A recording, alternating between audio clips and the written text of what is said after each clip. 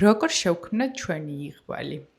საერთოდ შესაძლებელია თუ არა რაიმე სახის მონაწილეობა მივიღოთ ჩვენი იღბლის შექმნაში და რატომ უმართლებს ზოგიერთ ადამიანს უფრო სხვა ადამიანებთან შედარებით.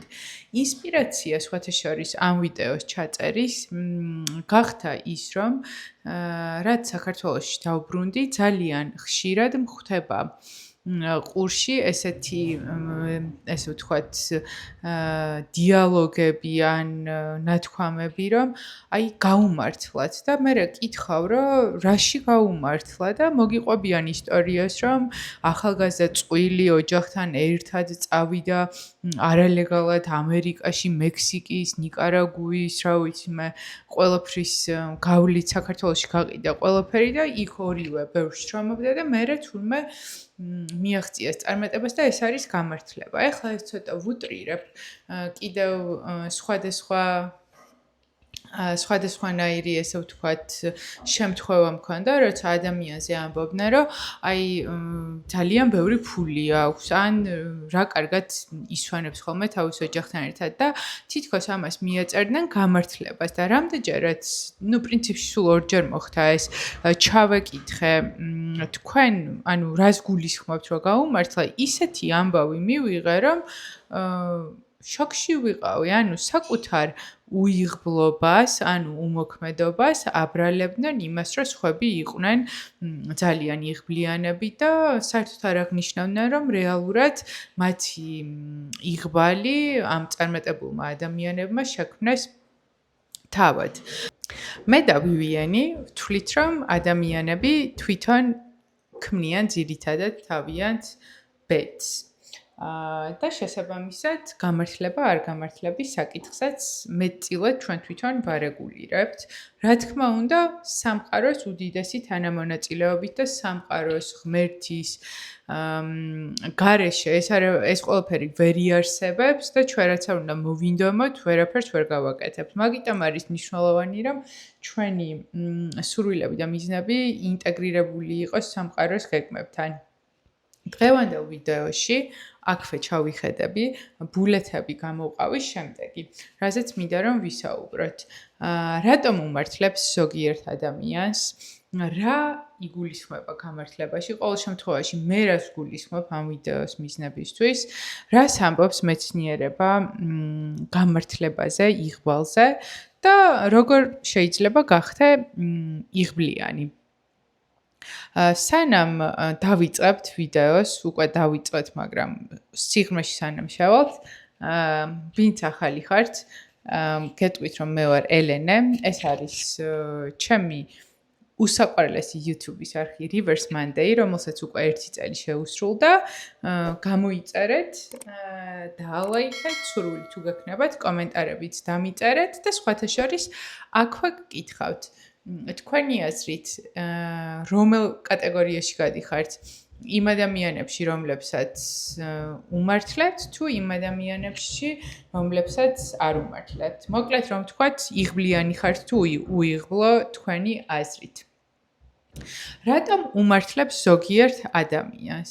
ჩემი აზრით და არა მარტო ჩემი აზრით, ძალიან ბევრი ადამიანის აზრით, ვისაც მე პატივს ვცემ, ჩვენ ვხედავთ უკვე ადამიანების ბოლოს, ანუ end stories, როცა აქვთ კარგი სახლი, მანქანა, არ ვიცი, სტატუსი სხვადასხვა აღნიშნული, ნივთი, ქონება, ან თავისუფლება, სხვადასხვა რამ, ესე ვთქვათ, ვის რა გვიზიდავს და რას ვთვლით წარმატებას, ხო? და ვხედავთ რაღაცა ვიღაცას, არ ვიცი, ფერარითი და ვფიქრობთ, როგორ გაუმართლა ამ ასაკში რა მაგარი მანქანა ყავს იმას და მე არ მყავს. მაგრამ ჩვენ არ ვაკვირდებით რა იყო დასაწყისი, რა იყო პროცესი. ძირითად შემთხვევაში ადამიანები სიმდიდრეს არ იღებენ მემკვიდრეობით. ძალიან ცოტა ისტორიაა. 10-დან 0.5 ალბათ, როცა ამ ადამიანებმა მიიღეს ეგრეთ წოდებული generational wealth და ამიტომ აქვთ ეს ფუფუნების საგნები. ვივიანმა გასეირნება გადაწყვიტა. ძირითად შემთხვევაში ადამიანები თვითონ ქმნიან თავის წარმატებას და თავის ცხოვრებას. და ჩემი დაკვირვებით უმართლებთ იმათ, ვინც მოქმედებს ხშირად და ასევე ამ მოქმედების ფოკუსი აქვს სწორი. მაგალითად, მე თუ მაქვს კალათბურთის ბურთი, ხო? და ვისვრი კედლისკენ, სადაც არ არის კალათა. ანუ აზრი არ აქვს ჩემ ძალისხმევას ამ შემთხვევაში. მე ეს ბურთი რაც შეიძლება ბევრჯერ უნდა ვისროლო იმ მიმართულებით, სადაც კიდია კალათა. და ეს ნიშნავს იმას, რომ შენი მოქმედება იმისთვის, რომ გაიზარდოს შენი იღბლიანობის შანსი, უნდა იყოს მიზანმიმართული იქითკენ, სადაც პოტენციურად არის იღბლიანი შესაძლებლობები. მაგალითად, ჩემს შემთხვევაში ვიდეოების ჩაწერა, კონტენტის შექმნა, ინგლისური YouTube არხის დაწყება, ასე შემდეგ. თქვენ შემთხვევაში თქვენი ბიზნესიდან ან კარიერიდან და საქმიანობიდან გამომდინარე შეიძლება იყოს კონფერენციებზე სიარული, მოგზაურობა, ახალი უნარების შეძენა, არ ვიცი რაღაც საინტერესო კურსების გავლა, თერაპია, რაც ესე ვთქვათ გაზრდის ალბათობას იმისა, რომ ჩვენ გავხდეთ იღბლიანი ადამიანები და ზუსტად იმ ადამიანებს, ვისაც ჩვენ ვხედავთ და ვფიქრობთ, რომ აუ რა იღბლიანია მეც მინდა, ნამუშევარი აქვს ამ მიმართულებით, ანუ კალათა სადაც ეკიდა, იქით ისროდნენ ბურთს და არა რაღაცა არეულად, თავიდან შეიძლება არეულად, მაგრამ მერე დაიხვეწნენ და მერე მათი მოქმედებაც ისე დაიხვეწა, რომ როგორც წესი 10 გასროლიდან თავიდან ერთს თუ აგდებდნენ, ეხლა ალბათობა იმის, რომ ჩააგდებენ 5-ს, ბევრად უფრო მეტია. ეხლა ვისაუბრეთ რა იგულისხმება გამართლებაში, ანუ იღბალში. ჩემთვის და არა მარტო ჩემთვის, ორად არის დაყოფილი. ერთი არის შემთხვევითი გამართლება, შემთხვევითობას, რასაც ვეძახით, და მეორე არის შექმნილი მიწერია სიტყვა, ამიტომ გავიმეორებ. შემთხვევითი გამართლება არის ისეთი გამართლება, როგორიც დაიბადე პარიზში, ჟან-პოლ გოტიეს მეზობელი ხარ, შენ მშობლებს აქვთ რაღაცა ბიზნესი, ძალიან ლამაზი ხარ, რაღაცა სტანდარტებს აკმაყოფილებ, ან დაიბადე სწავლი რაღაც მუსიკალური ნიჭით, ასე შემდეგ და ასე შემდეგ. ანუ შემთხვევითი გამართლება არის ის, რაშიც შენ მონაწილეობა არ მიგიღია. და შემთხვევითი გამართლება ასევე შეიძლება იყოს შემთხვევითი გაუმართლებლობაც, ხო? ვიღაცა დაიბადოს შეიძლება ერაყში, ომის დროს, ისეთ ოჯახში, ანუ შემთხვევითი, ესე ვთქვათ, ყველაფერი ცხოვრებაში არის ის, რაც შენზე არ არის დამოკიდებული. თუმცა შენ ამ ყველაფერს როგორ გამოიყენებ და რა რეაქცია გექნება, ეგ უკვე შენზე არის დამოკიდებული. ვივიანი აქ ჩემ უკან თუ ჩანს კედლის ფერია. შექმნილი გამართლება არის მაგალითად არჩეული პროფესია, სამეგობრო წრე, რომელ ნათესავთან იმეგობრებ, რომელ ივენტზე წახვალ, რომელ საათზე იძინებ, როგორ უვლის თავს, გაქვს თუ არა სოციმედია, თუ გაქვს რას პოსტავ, ასე შემდეგ და ასე შემდეგ. აქედან გამომდინარე, ჩვენ ვერ ვიტყვით, რომ სრული კონტროლი გვაქვს და რაც არ უნდა დისციპლინირებული ვიყოთ და რუტინა შევიმუშაოთ რაღაც სულ გაგვიმართლებს, იმიტომ რომ ორი კომპონენტია. ის, რაზეც არ გაქვს კონტროლი და ის, რაც შენ შეგიძლია გააკეთო, ანუ მოქმედება. თუმცა აქვე აღვნიშნავ, რომ სრულ კონტროლსა და უკონტროლობას შორის არის მოქმედება. ანუ ჩვენ იმით თავს ვერ გავიმართლებთ თუ ვინმე ამბობს რომ მე უიღბლო ვარ, მე ვფიქრობ რომ იღბლიანი ვარ. ვინც ამბობს რომ უიღბლო ვარ, ის თავს ვერ გაიმართლებს რომ მოდი ბარემ არ ვიმოქმედებ. იმიტომ რომ ძალიან დიდი ნაპრალი არის იმას შორის თუ ესე ვთქვათ უმოქმედობას რა მოაქვს და რა მოაქვს მოქმედებას. მოქმედებას ასჯერ ერთი შესაძლებლობა და შანსი მაინც მოაქვს, ხო? და არ ვიცი, ქართველი სპორტსმენები რომ გავიხსენოთ თანამედროვე მოქმედი თუნდაც, ხო? არავის არ გამართლებია. არავის არ გამართლებია, თვითონ შექმნეს თავისთავი და ეხლა კი უმართლებთ მაგარი ბრენდ დილები რო აქვს, იმიტომ რომ მაგამდე არ ვიცი 20 წელი იშრომეს და დღემდე აგრძელებენ შრომას და სხვათა შორის აქვე აღნიშნავ, რომ ძალიან მაგარია, როცა უკვე გიმართლებს და იღბლიან ხაზზე ხარ, მაგრამ ძალიან მარტივად სწახვალ უკან თუ არ აყევი ამ იღბალს და შენი მოქმედება კიდე უფრო არ დახვეწე, ხანდახან გაახშირე, ან უფრო მეტი რესურსი დახარჯე, განვითარდი.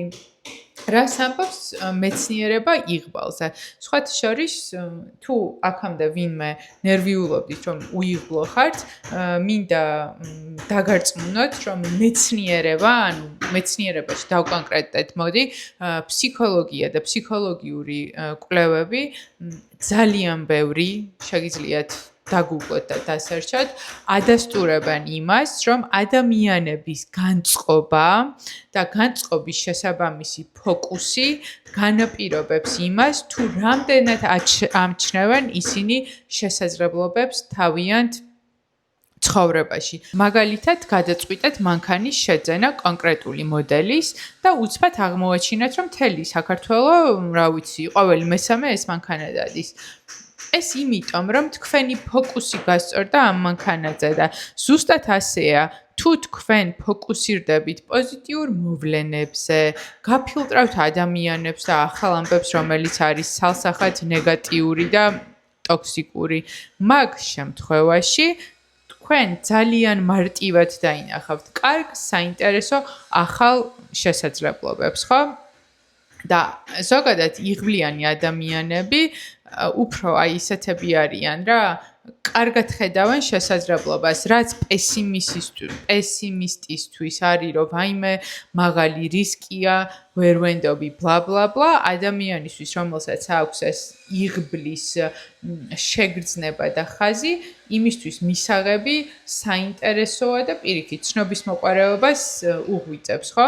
და ზუსტად ეს განასხვავებს იმ ადამიანებს, ვინც მაგალითად 2000-იანების ინტერნეტის ეპოქაში იშოვეს ძალიან ბევრი ფული, ან იგივე ბიტკოინით იშოვეს ძალიან ფული და ოქროს მაძიებლები, აი რომ გავავიხსენოთ, ხო?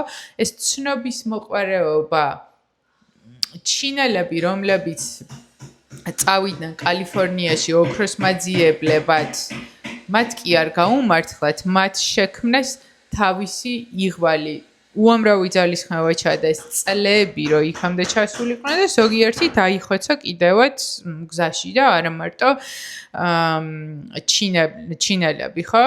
ანუ აქ დასკვნა არის, რომ ძალიან ხშირად შესაძლებლობა გვიდევს ცხვირწინ, მაგრამ იმიტომ, რომ რაღაცა უხასიათოები ვართ, მოკლედ ვერ ვხედავთ ამ შესაძლებლობას, ვბლოკავთ და ხშირად გადაგვდის დესტრუქციაში და პესიმიზმში. როგორ შეიძლება გახდე იღბლიანი? და ეს არის არაოფიციალური ფორმულა, რომელიც რაღაც ჩემი ცხოვრებიდან ამოვჯღაპნე.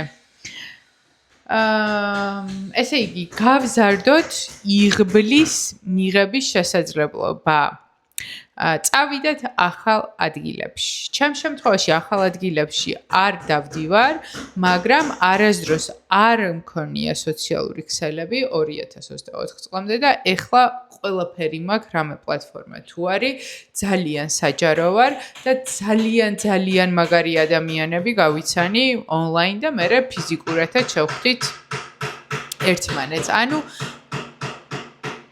გახთი უფრო საჯარო, მოდი ესე ვიტყვი. ამას არ გულისხმობ, რომ მაინც და მაინც პირადი ნაწილიც გაასაჯაროვე. არა, უბრალოდ მეტი კონტაქტი შექმენი და ნახე რას მოიტანს ეს. დარწმუნებული ვარ,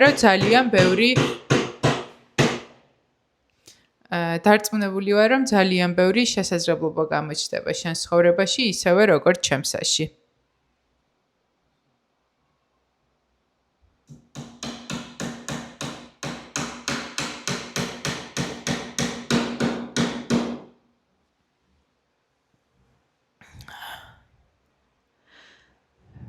პაუზა ავიღოთ. შეცვალე ფოკუსი, მოერიდე უარყოფით ინფორმაციას და მართლა ფოკუსირდი იმაზე, რაც გინდა, ხო? აი გაგიგია vision board-ი მუშაობს, ის მუშაობს, ეს მუშაობს, იმიტომ რომ შენი ტვინის რეტიკულარული აქტივაციის სისტემა, იგივე რასი, რომელზეც მაქვს ცალკე ვიდეო მიძღვნილი და შეგიძლია ნახო ამ არხზე, რაზეც ფიქრობ, იმის მიხედვით ფილტრავს შენს ცხოვრებას და რაც უფრო მეტ დადებითზე იფიქრებ და იმაზე, რაც გინდა და ამაზე მოიძიებ ინფორმაციას, წაიკითხავ წიგნს, დაწერ, არ ვიცი, ილაპარაკებ, მით უფრო შეიცვლება, მოკლედ შენი ფოკუსი და შეამჩნევ შესაძლებლობებს, რომელიც შენს მიზნამდე მიგიყვანს. ასევე მოქმედება არის მესამე ნაბიჯი ამ ფორმულაში, თუ როგორ უნდა გახდე იღბლიანი. არ გადადო. აი რაც გინდა იმისკენ ყოველ დღე გადადგი ერთი ნაბიჯი. ნახევარი, 3 სანტიმეტრი, 5 სანტიმეტრი და ნახე.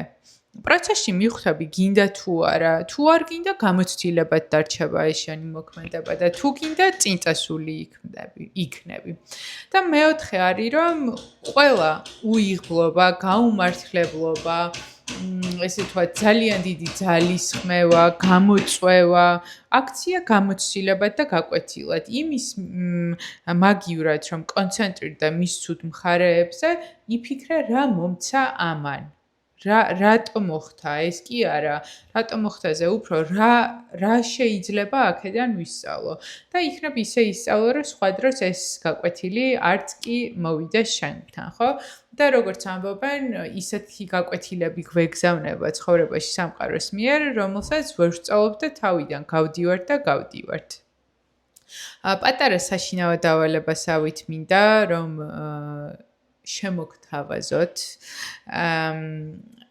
და კომენტარებში დამიწეროთ. თან კომენტარები დაეხმარება ამ ვიდეოს, რომ ბევრმა ადამიანმა ნახოს.